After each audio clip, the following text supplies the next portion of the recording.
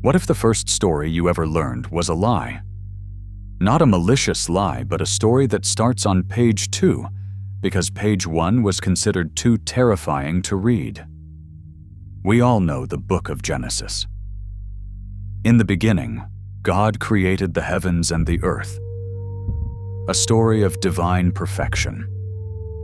But the very next verse describes that brand new earth as a formless, dark, chaotic wasteland. How can that be? This contradiction is the key. It's a clue that we're not getting the whole story. Ancient traditions and lost texts suggest there's a missing prequel, a lost chapter, deliberately removed, that tells a story of what happened before the beginning. A story of a catastrophic war in heaven, a rebellion against God's plan to create humanity, an event so violent it shattered the first creation.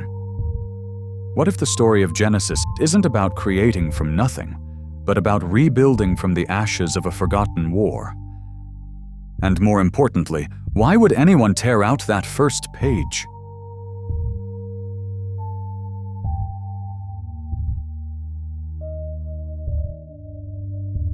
We all know the story, or at least we think we do.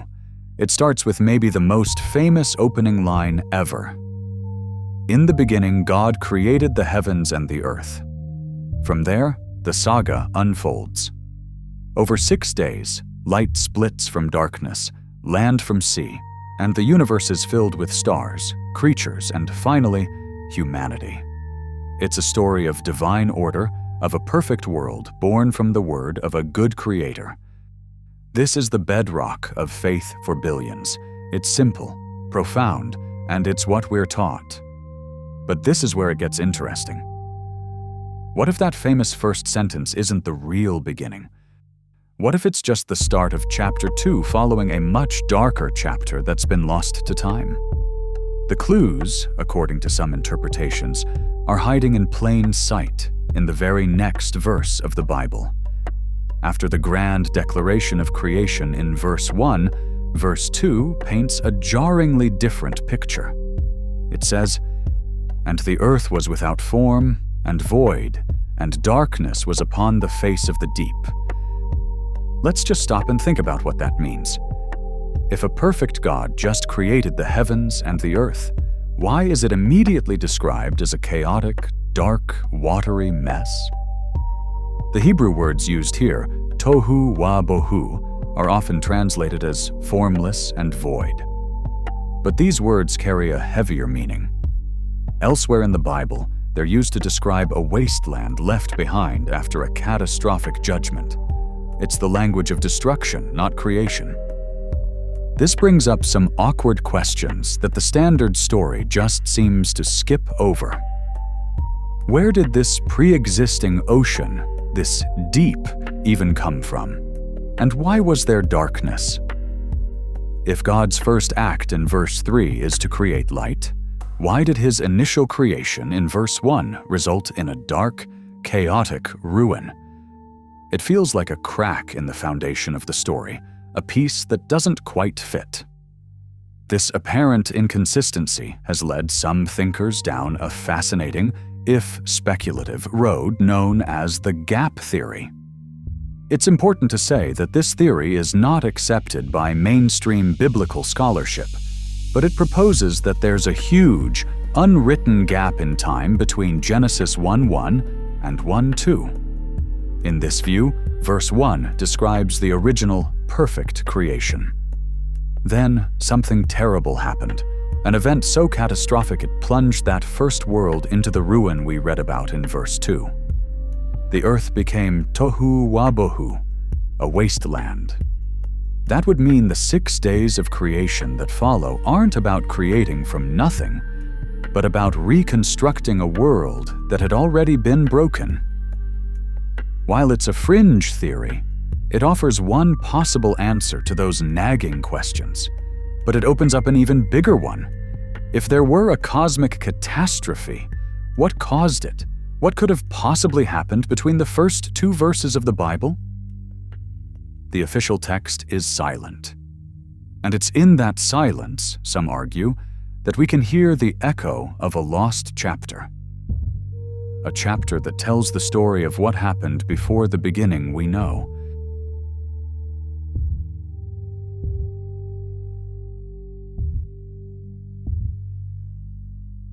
So, if there are clues to a forgotten history in Genesis, where would we find the rest of the story?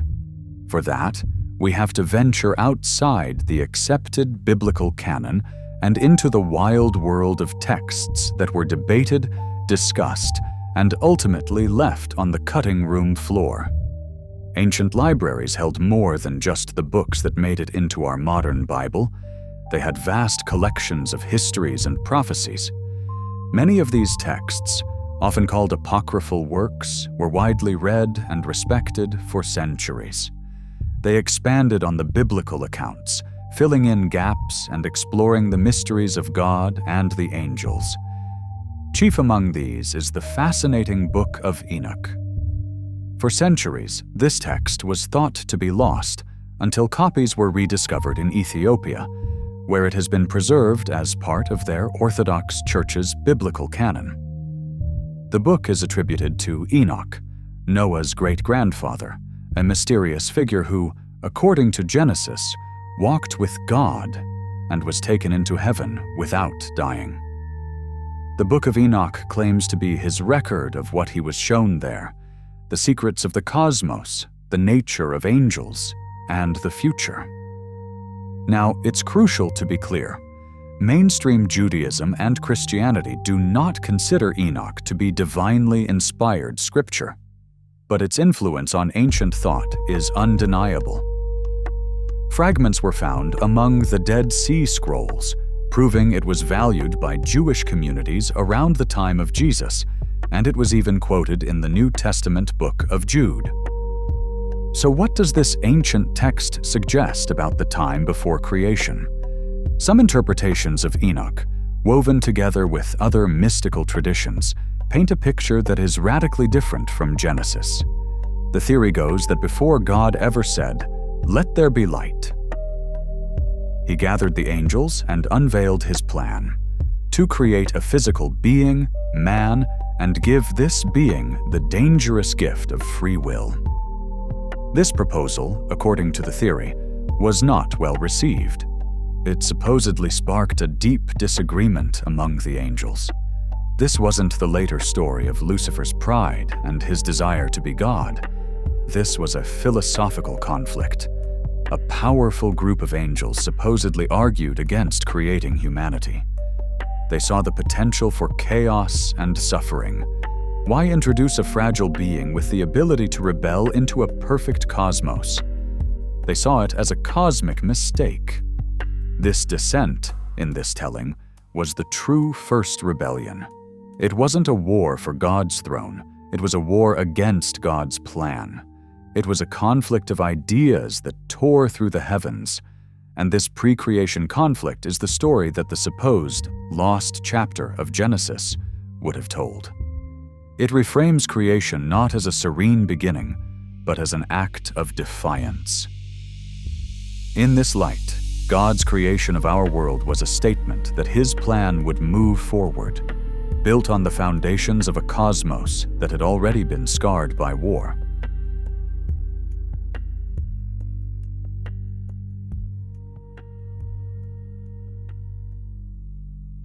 So, what might a chapter like this have looked like?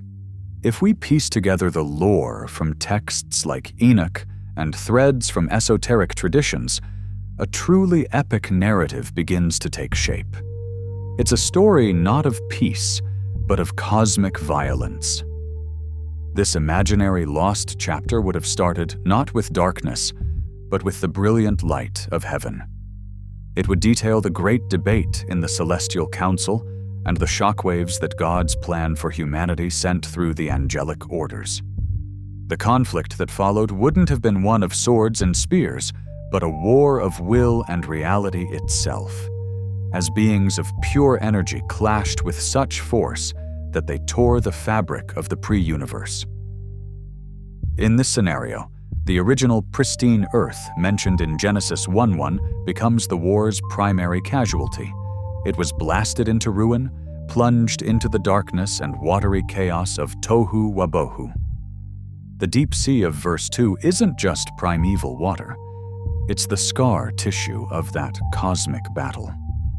The darkness isn't just an absence of light. It's the shadow of the rebellious legions cast out of heaven. According to this framework, the 6 days of creation aren't a story of God making something from scratch. They are the story of God reclaiming a ruined construction site. When he says, "Let there be light," he's pushing back the metaphysical darkness that had consumed the world. The creation of life, and especially humanity, becomes the ultimate act of defiance. God planting his flag on reclaimed territory and proceeding with his plan. This leads to the biggest question. Why would anyone hide this story? The theory proposes a reason that is both compelling and a little unsettling. To protect us. This is purely speculative, as there is no historical evidence that any chapter was ever removed from Genesis. But within the logic of this theory, the knowledge of a powerful pre-human evil was considered too dangerous for humanity to handle. It could lead to paralyzing fear, or even the worship of these fallen powers. In a world trying to establish a clear monotheistic faith, the story had to be simple. God is good, creation was good, and evil entered the world through one human choice. Telling people the ground beneath their feet was a reclaimed war zone was a truth deemed too destabilizing. And so, the theory concludes, the elders sealed the records, presenting us with Act 2 of the cosmic drama and telling us it was the beginning. Once you entertain this speculative idea of a lost chapter, you can never quite read the Bible the same way again. It's like being given a key that suddenly makes some of the strangest passages in Genesis snap into focus. Take the serpent in the Garden of Eden. In the traditional telling, he's a bit of a puzzle. Why a talking snake? Where did he come from? But when viewed through the lens of this cosmic war, the serpent becomes something more. He is no longer just a clever animal. He is imagined as a high-ranking survivor of the original rebellion, a defeated general cast down to the ruined earth. His temptation of Eve is no longer just about a piece of fruit. It's a strategic counterattack, an attempt to sabotage God's new project and prove that giving free will to humans was a mistake. Adam and Eve's sin becomes more than disobedience. It's unknowingly siding with the enemy in a cosmic war they never knew existed. And what about the strange figures in Genesis 6, the sons of God, who have children with human women, creating the Nephilim? While their identity has been debated for millennia, in this framework, they are seen as more survivors of the angelic rebellion, continuing the war by corrupting the human bloodline itself. It wasn't a random moral failure. It was a coordinated campaign so severe it prompted God to reset the planet with the Great Flood. It's fascinating to see how these themes echo in later mystical traditions that tried to explain evil. It's important to note these are later philosophical developments, not historical proof of a lost chapter. For instance, in Jewish Kabbalah, there's a concept of the shattering of the vessels, where God's divine light broke the containers meant to hold it, scattering holy sparks into a broken universe. Humanity's purpose is then tikkun olam, or repairing the world. Similarly, ancient Gnostic traditions taught that our world was made by a lesser, flawed creator, and that we are divine spirits trapped in a material realm.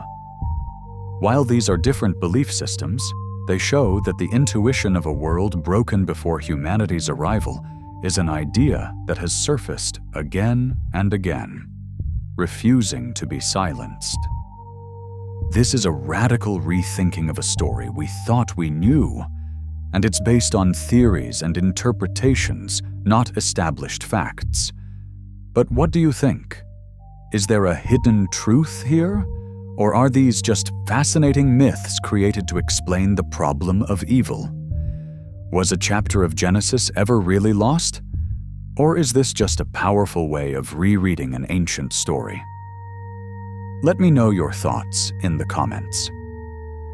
And if you enjoy diving into these historical mysteries, be sure to like this video and subscribe for more explorations into the lore of our past.